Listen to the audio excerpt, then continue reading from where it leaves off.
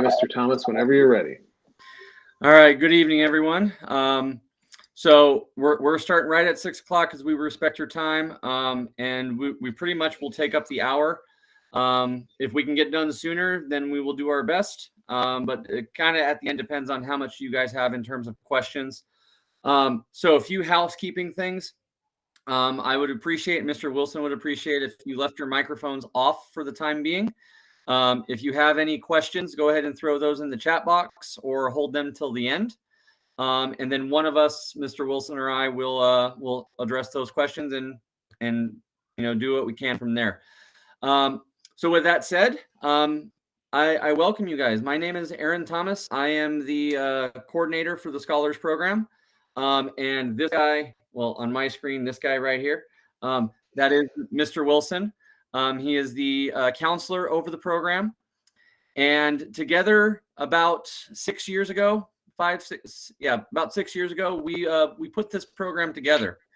And so to kind of give you some background about what is Scholars and how we started, because no other school in the district has this program.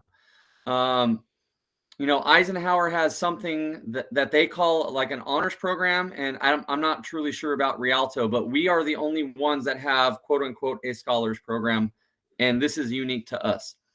So 5-6 years ago, the principal at that time was Dr. Chavez, and she came to me and Mr. Wilson, and she let us in on some data and information about our underserved students, and our underserved being our high-end kids, our kids at the upper echelon with the really high GPAs. And so with that information in mind, we started researching, and we literally built a program for the students, like literally with them in mind. And so what is Alpha Scholars? Our program is dedicated to supporting and motivating students that want to take all honors and AP classes in high school. Okay. Let me say that again. It's for students that are telling us right now they want to do honors and AP everything. And I want to be very clear about that, because as the students go through high school, Mr. Wilson and I both start hearing complaints about, oh, well, you're forcing me to take these classes. No, that's not the case. We're not forcing you to take anything. You are telling us by applying to the program, this is what I want, and we are going to do our best to support you in that process.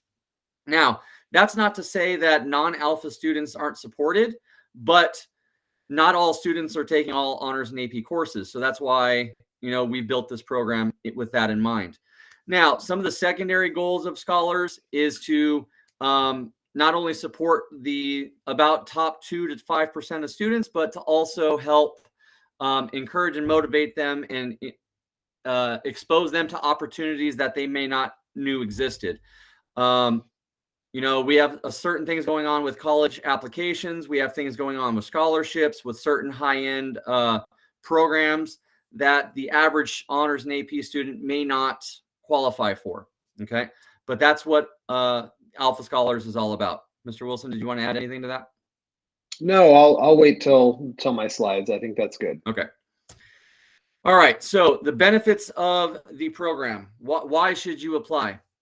Well, you are going to be in a program with other like-minded people as yourself, right? So granted, there's still going to be time to have fun and, be with friends. But when it comes to your education, you're all going to be in the same boat, right? You're there to learn, to push yourself to your maximum potential, and to have others that when you do make a mistake, you have people around you to help lift you up, right? That's the entire point.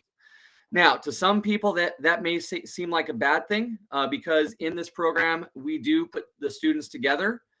So they have the same 4 core classes. We call that the cohort model, and Mr. Wilson will talk more about that in a second.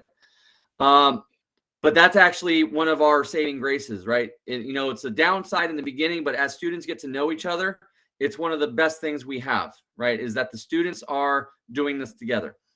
Now, besides that, we also do our best to expose them to college experiences. In the last couple of years, due to COVID, it's been really hard to travel. But before COVID, we had San Diego trips for college. We had LA trips for college. We took a very big 3-day Northern California trip. The kids got to see Berkeley and Stanford and all these really high-end schools that they may not otherwise get an experience to, right? Another thing we put into the program is that, the SAT is a very big test, and the kids should have support with that as well. So we made it one of our goals to have SAT prep part of the school day, whereas most students may have to do it at night or on the weekends, right? We actually have it built in. And so these are just some of the things that we offer to support the students. And ultimately, it's been my job to keep track of grades, right? All students get the quarter grade checks and progress reports. I try to stay on top of it a little bit more and check grades every 2 to 3 weeks, right? And then if there's an issue, I make contact, I let parent know, etc. But that's all things to help the students do the best of their ability. Okay. All right, Mr. Wilson, go ahead and take over. All right. So Mr. Thomas already said it, but I'm Mr. Wilson. I'm the head counselor at Carter High School, and I'm also the counselor over our Alpha Scholar group. So just to kind of add on to what Mr. Thomas just said, this program really is for the student who is wanting to do all honors and AP classes and is wanting to look attractive to hard to get into schools. Like that's really, that was the goal when we created the program, because we have a lot of honors and AP students at Carter, and this program is not for all of them. This is for a specific population of students that really do want to do everything. And wow, everybody decided to come in as soon as I started talking. I see how it is. All right. So this we came up with this to support students who were looking at trying to achieve the very, very difficult. So at Carter High School, every AP and honor student has access to rigor. That means that at Carter, if you want to take an honors or an AP class, all you have to do is ask your counselor when you're doing course requests for the next year, and we will put you in an honors or an AP class. Of course, we will have a conversation with you if we're concerned that that's not the best choice for you, but you do have access to rigor. Okay, that's every AP and honor student. Every AP and honor student is with their peers, so they're taking classes with other students who also want to seek rigor, because we know that some people come to school just because they have to or because their parents are making them, and students that are taking honors and AP classes are not those students. These are the students who are wanting to achieve good things, and so that because of that, they're with their peers who are doing the same things.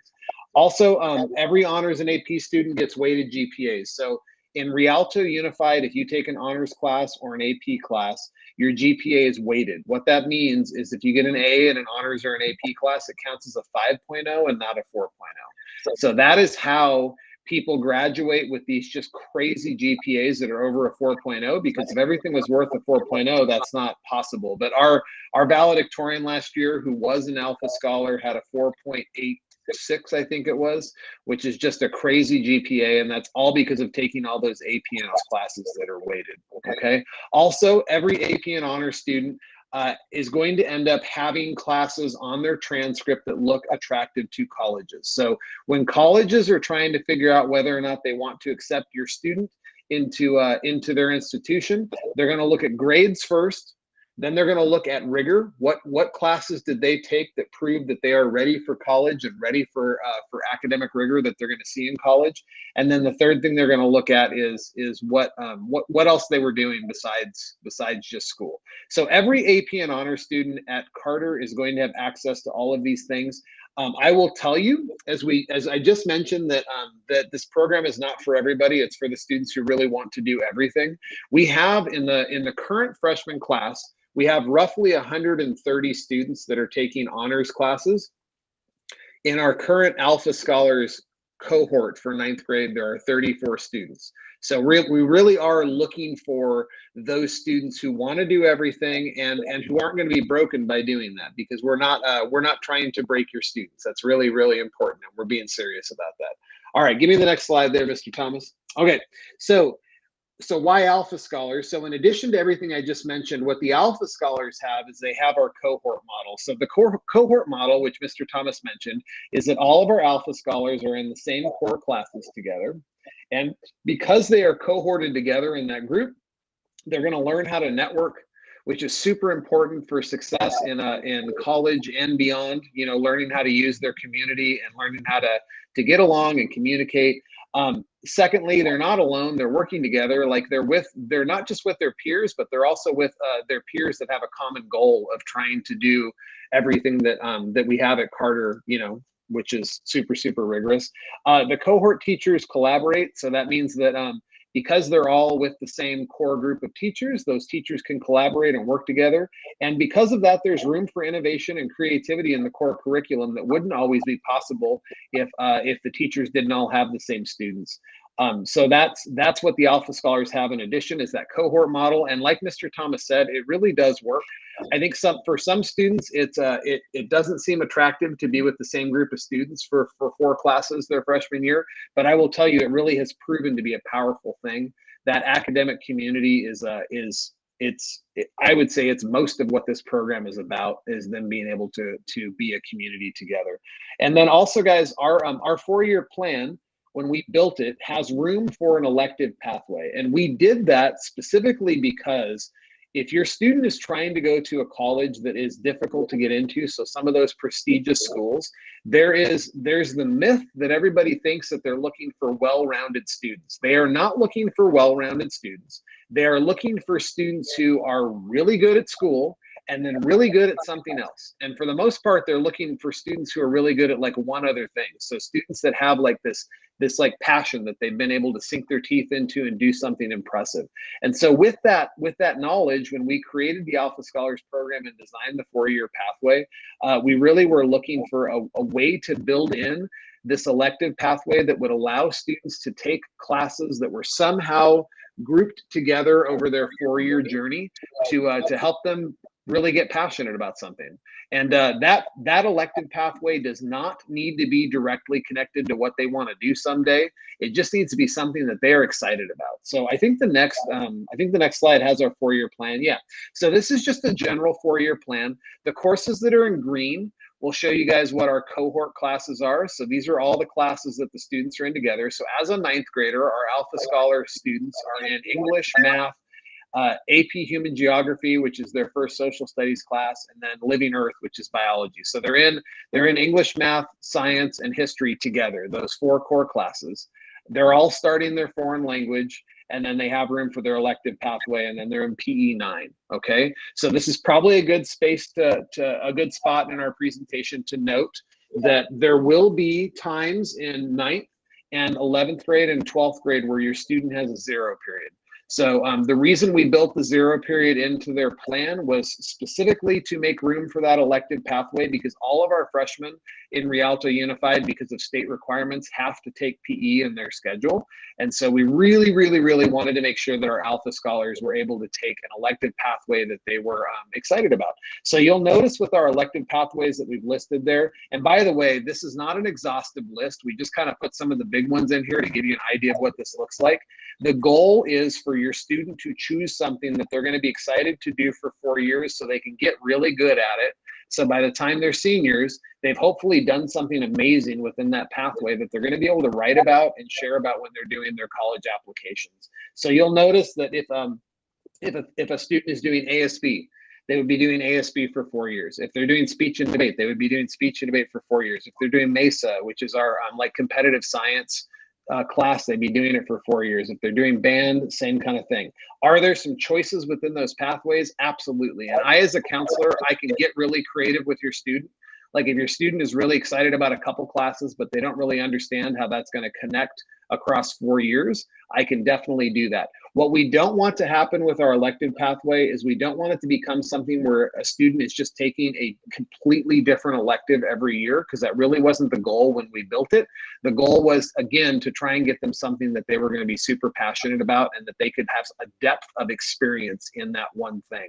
If your student is an athlete, and they play a sport that we offer for sports PE, which is not all of them. It's football, basketball, wrestling, baseball.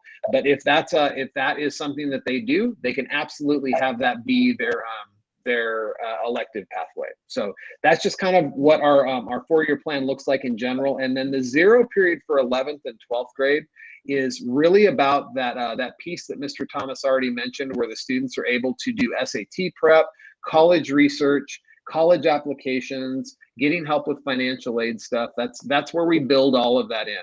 And I will say, just as kind of a side note, if you're not aware, the state of California passed a law a few years back, and next year we have to be compliant with that law, and it requires all high schools to start no earlier than I think it's 8:40. So our zero period next year is not going to be anywhere as painful as it has been for the last 6 years. Because the first period starting at 8:40, that realistically means that zero period is starting at 7:40. So just be aware. Next year is going to be a lot easier to make that zero period work. Something that you will have to work out though with your student is there is no busing for zero period. So that is going to be something that your family has to think about as far as how your student is getting to school. So that's just kind of a lot of stuff in a nutshell. So I think whatever's next is Mr. Thomas. Go get him, Mr. Thomas. Oh no, this is still me too. Yep. Okay. All right. So in addition, Alpha Scholars have, so we did the cohort model. They're learning to network, not alone, working together for your plan. All right. So college tours and trips. Obviously, this has been like something we've been dead in the water in for the last couple of years, but this is something we're super passionate about.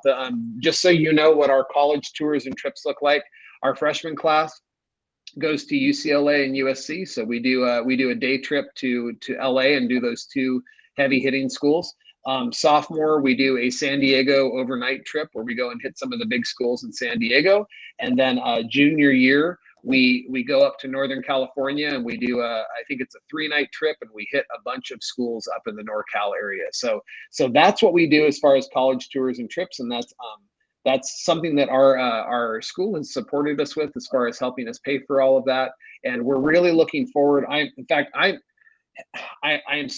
really glad you guys are here, but I think Mr. Thomas can agree. We're all tired of doing this online thing, and I'm really excited about us getting back to a time where we can do more things in person, and it feels like we're really close to being able to travel again. So we're really looking forward to that for next year.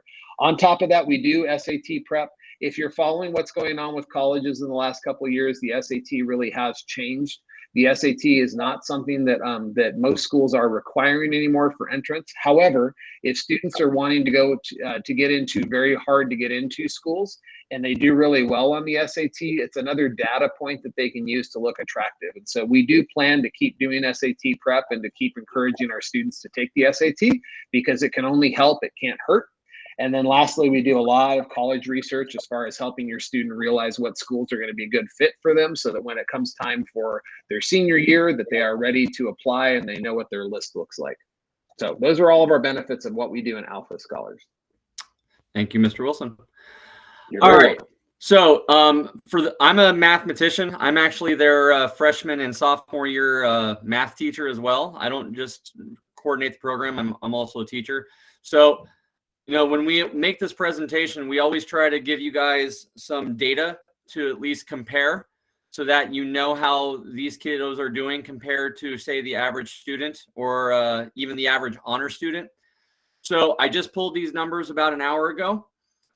So for our 9th grade class, for all 9th graders on our campus, the average GPA for them right now is about a 2.06. And approximately 22% of Carter's freshmen have 3.7 or above GPAs. Okay. The 9th grade scholars have an average GPA of almost double, 4.03, and 82% of them have GPAs above 3.7. Okay. Now, I will share with you, in previous years, this number was a lot bigger, but distance learning in 8th grade and just various COVID reasons and the second surge have kind of helped hurt that number, right? So just being honest and forthcoming. All right, 10th graders, the average GPA of 10th graders is 2.68, and about 23% have GPAs above 3.7. For our scholars group, average GPA is 4.22. And 94% of them have GPAs above 3.7. All right, our 11th graders. If your student applies and gets in, 11th grade is really a big jump, because they go from 1 or 2 AP classes to 3 or 4 minimum. And so 11th grade for a lot of kids is a really tough year, but our kids are doing amazing. So the average 11th grader has a GPA of about 2.8. And again, 23% have GPAs above 3.7. Our scholars have an average GPA of 4.39, and every one of them, 100%, has a GPA of 3.7 or better. Okay. And lastly, for our current seniors, the average GPA of seniors is 2.96. And again, about 22% of the class has 3.7 and above. So you can tell that's a very consistent number amongst each grade level. But again, our scholars, the average is 4.35. And again, 100% of them have GPAs above 3.7. Okay. Another thing to point out for our seniors is the average SAT score based on last year's exam is 1100, and the state average, sorry, the nationwide average is about 1059. And that's really good. Okay. That's a really good number to have. Now, even though they are no longer with us, I pulled data for our first graduating class, which was last year during 2021. It was, the COVID year. And so even for that group of motivated students, the average GPA was 4.31. The valedictorian and the salutatorian were both Alpha Scholars. And I think Mr. Wilson mentioned that before. The valedictorian had a GPA of about 4.86. And the salutatorian, I believe, was at 4.79. They both broke the school record for GPA. It just, the valedictorian happened to break it better. Of the 32 students in the class, 100% had GPAs above 3.7. Their average SAT score was 1153. And this number I'm particularly proud about. There were 111 AP exams passed in that group of students. Now, the average honors or AP student might pass 1 or 2 AP exams through high school. These students averaged about 3 or 4, right? Just depended on the student. I think the valedictorian passed 10 AP exams. And students, I know you probably don't understand what that means, but any parents in the group, 10 AP exams, they're starting college as a junior. Could I speak to that real quick, Mr. Yes, Thomas? Please. I realized we probably should have mentioned that, because especially if your student is going to be your first that's in high school, AP is advanced prep, and it's basically a college level course that's taught in high school. And if the students pass the AP exam, colleges will take that for college credit. So when Mr. Thomas is talking about 10 exams, that really is a lot of college units that you're getting before you even get there, which is exciting for those students. And on top of that, just having the rigor of those AP past scores is going to make you look really good for college. Thank you, Mr. Wilson. Yeah, I didn't mention, I should explain that. Thank you. All right. In terms of college, I could have listed them all, but I didn't want to bog down this presentation. Of the 32 students in the graduating class, every one of them got accepted into a 4-year university. The only reason it was not 100% is, because one of them, instead of going to college, decided to join the Air Force first, because he had plans of going to med school, and he was doing what was best for him and his family in terms of like financial aid and just what was best for him at the time. And so he decided to do Air Force, and we gave him our best for serving our nation. Also, of all the acceptances, one of them was to an Ivy League school. That was the goal of the program, is to get these kids prepared for, the elite schools. We had one student that applied to one Ivy League school. I believe it was the University of Pennsylvania, and they were accepted. They chose not to go, but it was just cool bragging rights. So, all right, Mr. Wilson, you want to take this one? Yeah, so this is usually the part of the presentation where we would play the video. Instead of playing the video, though, we're going to show you guys where it is, because, well, it's a really good video. It just is a little dated at this point, and because of COVID and everything, we haven't had the opportunity to update it. Mr. Thomas, are you going to show us the website here? Is that what you're doing? There we go.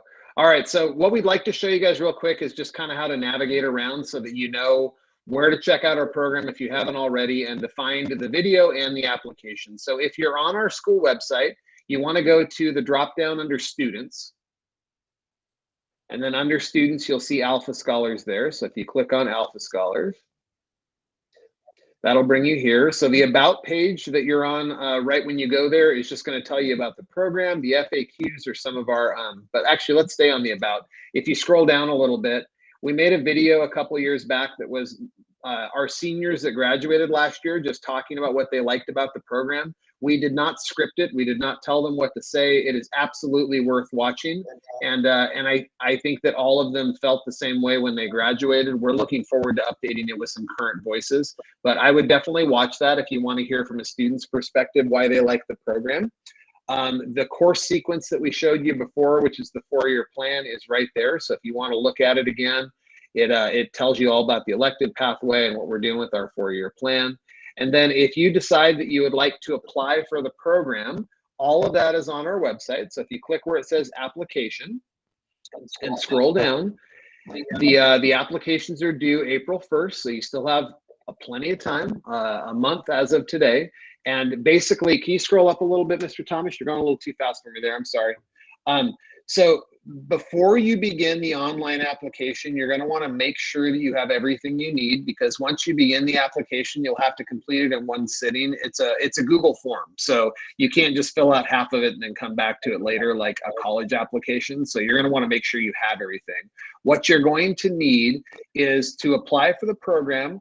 We are going to want to know 2 adult recommenders, and you're going to need their full names and addresses. These are teachers, coaches, counselors, mentors, pastors, any adults that aren't related to you and that can speak about how amazing you are as a student. The recommendation process is not difficult, so they're not going to have to write some kind of crazy recommendation letter. What we do is when you give us their name and the email address in your application, we send them a real quick Google form to fill out about you so that they can click some boxes and basically tell us why you're amazing, okay? And that whole recommendation process probably takes like 5 minutes for them to do. So it's not huge. You definitely want to make sure that your recommenders know that you're putting their information in there, though. You don't want them to be surprised when they get something in their email, you know, to complete that for them. So make sure you know who those are, okay? And then secondly, you'll need to have your writing sample completed in a Google Doc, and we have prompts. The writing prompts are really just so that we can get to know you a little bit more than what we see in an application, because in the application, guys, you need to know that for Mr. Thomas and myself, like we really, and the rest of the committee that is looking at this, we really spend a lot of time going through applications to make sure that we're choosing the right students, because this is really not about your student being better than every student at Carter. It's about making sure that if we accept somebody into the program, that, like I mentioned earlier, that we're not going to break them, that this really is like a good situation for them, that they want to do all honors and AP, and that that's a healthy choice for them. And so the reason that you guys were invited tonight is that we went back and looked at all of our incoming 9th graders for next year, and we said, show us all of our students that are already taking all honors classes and that already have a 3.5 or higher. And that's who we invited to this, okay? That doesn't mean that everybody can't apply. Like, we really are going to, this program is open to anyone to apply, but we don't want to actively recruit students that we're concerned might not fit that, okay? And then Jasmine just asked, and this is a really good question, so I'm not going to wait until the end to answer it, but Jasmine just asked how many students are accepted into the program. So because we were a cohort model and you guys are all in the same core classes together, our maximum for each class right now is 36. So we're not going to choose more than 36. We are more than happy to open the program up to more than that if we have a lot of students that really are fitting the profile of what we're looking for. But what we have seen data-wise so far is that it's not good for us to get any bigger than that right now, because we really do have a lot of honors and AP students. We do not have a lot that are ready to do everything that we have to offer. So again, coming back to the application, and Sochi, I see your raised hand. We'll do questions at the end. You can absolutely drop your comment in the comments if you want, and then we'll get to it. But I want to make sure we get through our presentation first, and then we have plenty of time. The writing prompt is helping us get to know you. It's also an opportunity for us to see where you're at with our with your writing. Like, is it up to par? How are you doing? Please, please, please make sure you respond to the prompt. It blows me away every year how many people turn in something that's pretty well written, but it doesn't have anything to do with any of the 5 prompts we've given you. And these prompts that we've given you are things that we stole from like college applications. Like they're good stuff. So please respond to those. Okay. If you want to scroll down a little bit there, Mr. Thomas, we also have like a part of the application that is optional. You don't have to do it, but there is a video interview where you can do a real quick 2-minute video that you either share with us on Google Drive or post on YouTube and give us a link where you're responding to questions. This is also really good for us to get to know you a little bit. So if you're looking for a way for your application to stand out and you really want to make sure that we hear your voice and get to know you when we're making those decisions, we really wanted to have this in there. We're not making it mandatory because frankly, there are some students, I mean, if you're rocking like a 4.0 right now and you're like, you know, an amazing tuba player in your band and you've already got something going on, like we're going to be really excited about you. But the video interview is really a place for you to tell us about you, things that we're not getting from the application. So when you're ready, the link right down there is at the bottom where it says the online application is here, and it'll take you right to our Google form. Okay. So yeah, so the question that Erica asked in the comments there is, if my son wants to play soccer, can he still play and be part of this program? Absolutely. So we purposefully do not have classes that happen after school. So if we have students that are doing sports that we do not have sports PE for, which right now is soccer, there will not be an after school requirement for them. So they can absolutely do their classes all day long and then go and do soccer after school. So that's not a problem at all. We have a ton of athletes that are in our program. And if for some reason they do offer soccer as sports PE moving forward, which could happen, I've seen things like that happen. So if for some reason they decide to let the coach be a PE teacher and do the sports PE, that would just be your son's elected pathway, and we would work that out. And just to expand on that, not only do we have athletes, we have several students that are in the fine arts program. We have several thespians. Thespians are people that have acquired more than 100 hours working on theater and plays. We have band kids. We have marching band. We have speech and debate. We had, I think, a state champion last year for speech and debate. Mr. Wilson could talk more because he's one of the coaches about that. So we really do our best to be flexible, right? Your kid is saying, hey, we want to do all these honors in AP. Can I do this? Yes. Can I do this? Yes. As long as we're able to fit it in. We have had to say no a couple times, but that's not because we say no. It's just based on the master schedule. We really don't have a lot of control over that. Oh. Yeah. But I mean, that's what our elective pathway is all about, is we really do want to help connect your student to something that they can be passionate about besides just school. Because if we're all being honest, again, if I come back to the 3 things that get people into impressive colleges, it's grades, it's classes, like which classes did they actually choose, and then thirdly, what are they doing besides academics? Because the prestigious colleges are not looking for a student who is only doing academics. They want to know what else they're doing. So that's where those impressive things like, you know, like theater or soccer or band or speech and debate or whatever, that's where those play into. So that's why we created that. That's good. What else is next on our presentation, Mr. Thomas? Did we cover everything? Are we ready for questions? That was pretty much it. So ladies and gentlemen, awesome. Students, we appreciate you guys coming. So our presentation was about 33 minutes. We have about 20 minutes more for questions.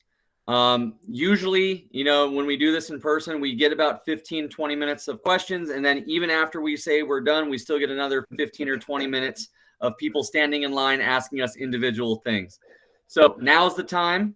Anything you want to know about the program? Yes, Miss Esqueda, what's your question? Yeah, suppose that my student feels handle the program, but somewhere maybe a year or a year and a half into the program, feeling overwhelmed or burnt out. What are the consequences for him wanting to exit the program? That's good. There's no consequences if your student decides that it's not for them. They leave the program. I do not drop them as their counselor. So I want you to know that the handful of students that we've had that have decided that they don't want to keep doing it, I still am their counselor because we really feel passionate about that at Carter High School, like them having the same counselor for 4 years. And we just choose different classes. So if it doesn't work out, that's kind of the direction we go. I think what I would tell you though, along with that, is anytime I have a student or a parent ask me, hey, if this isn't working out, can I get out? I always come back to the marriage metaphor.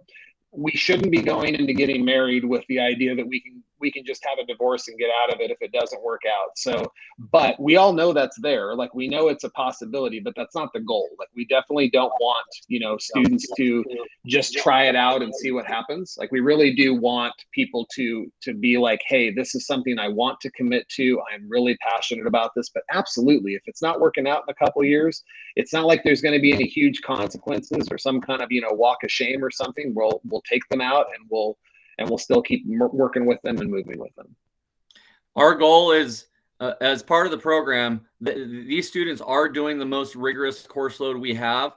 And so a lot of the supports we build in are to make sure not only are they physically safe, but also mentally safe. Absolutely. And we really want that. I mean, even some of my own practices, even after my own kids have come through high school, I have one that's already graduated, and I have another one coming up. She's a 7th grader at Casera. I've changed a lot of my practices as a teacher, and all the teachers in the cohort that get these kiddos are very experienced. I think I think there's over 100 years experience between the 4 of us. It's very weird, and I sound very old, but yeah. Who's counting that? That's a math teacher that's counting things like that.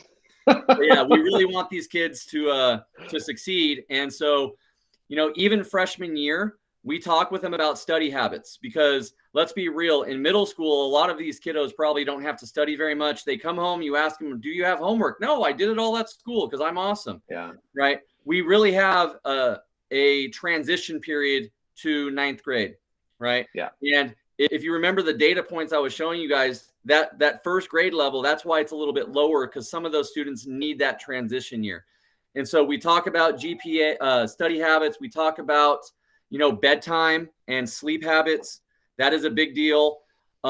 Students, sorry if you're here. We talk about how this thing right here is your worst enemy, right? And stay away and off the cell phones. We do all of that, right? It's all built in. And, the students that buy in, they're doing amazing. The students that don't want to buy in, that's okay. They can still, be at Carter. They can still do honors in AP. They just don't have to be in Alpha. Yeah. And I think what I would say on top of that is, one of the other things that I think a lot of our students struggle with transition-wise is understanding that taking a class is not just about getting a grade on a transcript. And that's hard. Like, grades on transcripts are really important because, again, that's what makes you attractive to schools. But we really are dedicated as a team to try and help your student be excited about learning, because at the end of the day, if they get a B in a class and your student has only had A's and they're like, oh dear God, what am I going to do with this B? If your student is learning something and they're excited about learning, that's what we're looking for. And I think that's hard, because I think a lot of times, especially our high-end kids, just get into this mode where it's all about the grade. And grades really are important, but grades are not what makes people passionate about learning. And so we really are trying to make your student somebody who is going to want to keep learning after high school and be excited about their educational experience. And they will be challenged. I guarantee you Absolutely. that they will be challenged. So any other questions? You can either unmute or throw them in the chat box. Yes, Miss, forgive me if I pronounce it wrong, Miss Dones. I'm going to go Downs. Yes, hi. Hello. So I'm sure in the past years you've had students that maybe shouldn't have been accepted to the program, and students that were left out of the program that should have been there, right? Right. How do you fix that? That's a great question.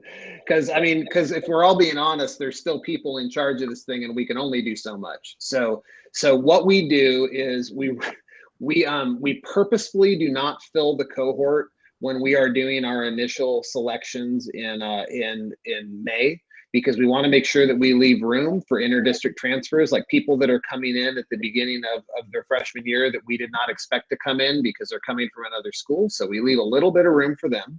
And then we also reach out to, like, when we have space at the end of freshman year, we will ask other students to apply to fill those spots if we realize that there are kids that are just blowing it out of the park and we're like, oh my gosh, they need to be in here, and then we try and get them in there. Is it 100% perfect? Absolutely not. We do what we can. And I'll tell you the other thing along with that is there are also students who should be in Alpha Scholars who aren't, because we're not going to make people join the cohort if they don't want to be in there. So I on my caseload alone, I have a couple kids that absolutely fit the bill for students that we created this program for, but for whatever reason, they didn't want to join, they didn't want to apply, and so they, they're doing what they're doing, but they still get support. I mean, our honors and our AP kids are still getting support. They're just not getting some of those extra perks that are going on in the program as far as like college trips and that community as far as the networking goes.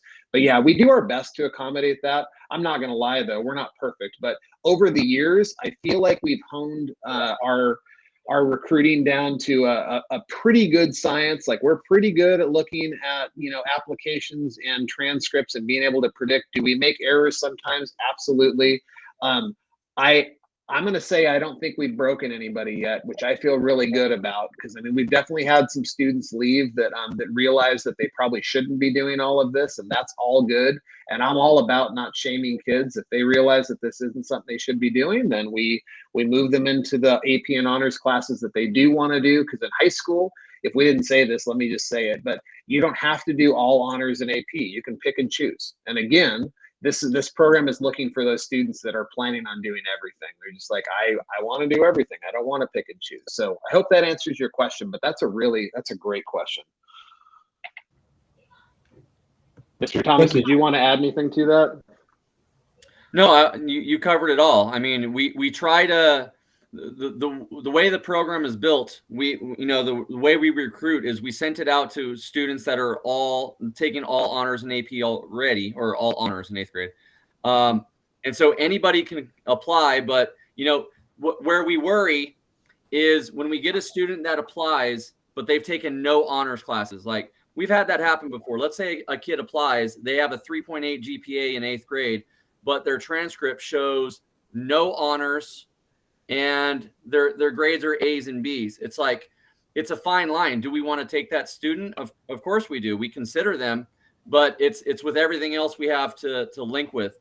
And so when we go through starting communicating the list of who got accepted and who did not, like Mr. Wilson said, we start with a certain number, and then we wait for inter-district transfers. We include a few more.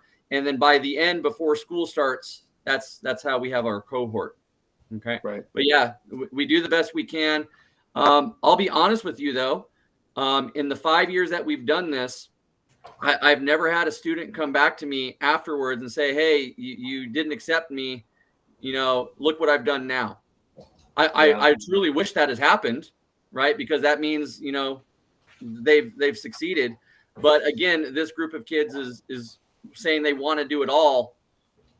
So yeah, we have not accepted a student and then they just blow it out of the park their 9th grade year, and we invite them to apply again and then taking them in at that point. Because again, we're trying to be really careful about not taking a student into the program who shouldn't be doing all honors and AP, because again, we don't want to break kids. Like that's a big thing. I'm a counselor. I'm all about like mental health and good well-being before grades. And I don't want students doing something that's not in their best interest. So yeah, that's a we could do a meeting just on that question there. That's really good. I have a question. Yeah. My question is, I know you're saying that the students can opt out of the program themselves. How many students have you guys in the years you've been doing this have to take out of the program? Is it 1 or 2, Mr. Thomas? I think it's 2. And yeah. One was during COVID, and there was some serious, I'm not going to get into it, but some serious home issues. So that was one. And then the other was pre-COVID, and the kid pretty much same deal. They got through 10th grade, and then 11th grade they started having some social issues. They started making some very bad decisions. And we did what we could. We contacted parent. Kid did not want to make any changes. We put them through a process. We gave them a semester. We gave them some time. And then ultimately they chose, you know what, they did not choose. They did not take all the prescribed, things that we were saying to do to change. And so, yeah, it's only been 2 in 6 years that we've had to remove. Besides that, I think we've had 5 or 6, maybe 7 that have voluntarily themselves chosen to be removed. Right. And we have a process for that, just like we have the students apply. If a student does want to, decides that they don't want to be there anymore, we have a meeting, with myself and Mr. Thomas and student and parent, just to make sure we're all on the same page. Because at the end of the day, we really do want what's good for the kid, because that's going to be our goal. But yeah, we really haven't had to kick a whole bunch of students out, and we have a probation process that we go through. So if a student's GPA isn't what it should be, or they got a bad grade, we're not just going to fly off the handle and be like, you're out of here. I mean, we put them on probation. We set very clear expectations for what we want to see change, and if it changes, great, and if it doesn't, then then we have to talk. But yeah, it's only been a couple. That's also a good question. I feel like you guys are scratching at like dark stuff there. That's good. One thing I can say about that as well is at the heart of this, I'm a parent, and kids will be kids, and kids will make bad choices. And so we want to make whatever bad choice they make, we want to make that a learning experience, if at all possible. And so that's why we don't automatically jump the gun and say, you're out of here, or, you got to do X, Y, and Z. There's a process. Let's meet with parents. The first line of defense is normally me. I see a couple C's on their transcript or on their grade report, and I talk to the kid. I'm like, hey, you got a couple C's, try and shape it up. Talk to your teacher. Let's talk, see. And if nothing changes, okay, then let's have a parent-teacher conference. Then we'll go to the next level. And then if that doesn't work, then, there's a probation, And so even probation, the process we have is a couple steps down the line, right? Jasmine, to get to your question, because you put it in the chat box, how many AP and or honors classes does a student take at one time? Well, that's a really good question. So there's a difference here, right? There's the core classes, math, science, English, and history. And then there's the elective classes, okay? So when it comes to the core classes, all 4, again, English, math, science, and history, all 4 of those are honors or AP.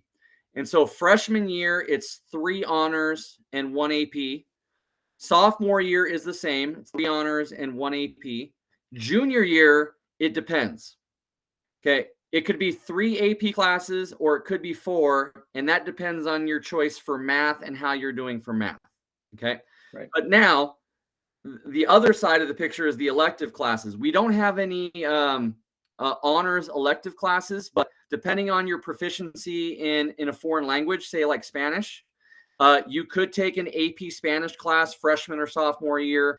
You could take an AP art history, right? AP computer science. So it honestly depends, but the minimum is the 4 core classes. Mr. Wilson, did you want to add anything about that? No, that's good. I mean, I think the focusing on the 4 is probably the best way to answer that. And as a senior, like all of our seniors take at least 4 AP classes. Most of them are in 5. We've got some that are crazy and doing all 6, and I just make sure if we're doing that they're really okay doing that. But yeah, and again, Jasmine, I would encourage you to spend some time looking at the 4-year plan and just make sure that fits what it is that you're thinking about doing. And then as far as like when and how we notify you when you're accepted into the program. So the deadline for applications to be turned in is April 1st. We basically spend the month of April agonizing over those, and then recommendations. Hopefully. And recommendations. Oh yeah, and then recommendations, and then we're hoping by the beginning of May that we're starting to send out emails, and the emails will basically say either you've been accepted or you've been waitlisted, or not right now, but we can talk again after 9th grade is kind of how that looks. So, and then we try and do that as soon as possible, because we know that we don't want to keep you guys in agony. We want to try and get to that as quickly as we can, but we also want to make sure that we're spending enough time with applications and recommendations to make sure that we're making good decisions. So the question that's in the chat, I really want to answer. This is a great one. So if my student is looking to pursue nursing, would they be able to take the medical pathway and still be an Alpha Scholars? The answer is yes, but I will tell you this. our career tech programs are not going to they're not going to directly be a pipeline to somebody doing nursing or being a doctor or being a pharmacist. They are specifically there to give students access to what the career looks like and what they would be excited, you know, whether or not it's something they want to do. We have a ton of students that do not take the nursing pathway and still go on to be nurses, doctors, that kind of thing. So yes, but yes, we can build a pathway out of it. Where it gets a little challenging is that our CTE pathways are only 2-year pathways. And so if that's something that your student wants to do, we're going to have to talk about what that's going to look like over 4 years. And again, I can get creative with them, but I will also remind you that, yeah, CTE is career technical education. Thank you, Mr. Thomas. I will also tell you that the elective pathway does not have to be directly connected to what your student wants to do someday. If your student wants to be an architect, they can do theater, and that's all good, because the stuff that's going to get them into college is going to be them doing something impressive outside of school. And so that's really what we're trying to do with that elective pathway, is to get them passionate about something, not to get them really good at what they want to do someday. And I think that's something that our students get confused about too, is that a lot of times students are like, okay, I want to be a doctor. What classes do I have to take in high school? High school doesn't have majors. So you're not taking majors that are getting you ready for a specific pathway in high school or in college. What you're doing in high school is that you are trying to take rigor and get this all-around study where you're going to be ready to handle the rigor of college, where you're then going to kind of buckle into that specific career pathway. But yes, we can do the nursing pathway, but I will want to have that conversation with your student, and we can kind of work out what that looks like over 4 years. The name is Skinner. Is it Mona? Yes, but my son has a question. Sure. All right. For the way the GPA is calculated, is it by percentage or by simple letter grade? Like, is it different, like, say from, I don't know, 99 to 92, or? That's a good question. It's simple. I'm going to let the math teacher answer that, because I can feel him nerding out right now on this. So go ahead and get it, Mr. Thomas. All right. I love numbers. Okay. So if you're taking a class that is weighted, okay, so any weighted class, it's an honors or an AP, that's weighted. If you get an A, it's worth 5 points. Doesn't matter on the percentage. The percentage is dictated by the teacher of the class. Whatever they say an A is, right? If it's 90 and up, then great. I know one of the teachers does 88, right? So it just depends on the teacher. If you get an A, it's 5 points. If you get a B, it's 4. If you get a C, it's 3. And God forbid, if you get a D, it's 1. Right? There's no 2 on a weighted scale. And if you get an F, it is 0. Okay. So it's 5, 4, 3, 1, 0. Okay.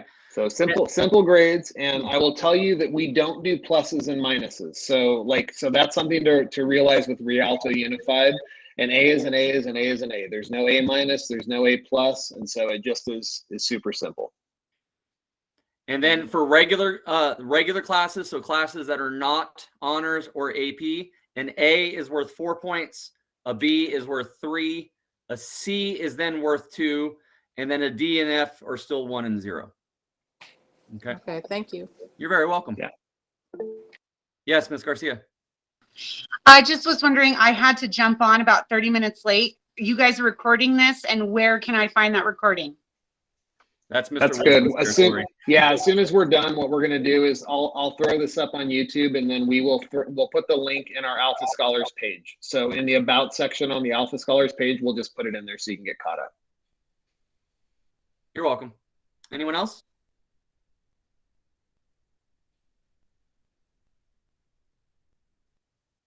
All right. Well, we will hang out for a little while. If you think of a question, or if you want to ask something specific to your student, you can absolutely hang out. But otherwise, guys, thanks for joining us. Enjoy the rest of your evening. We're looking forward to seeing your students' applications. Hi, Thomas. Thanks again, guys. Thank you for coming. Appreciate it.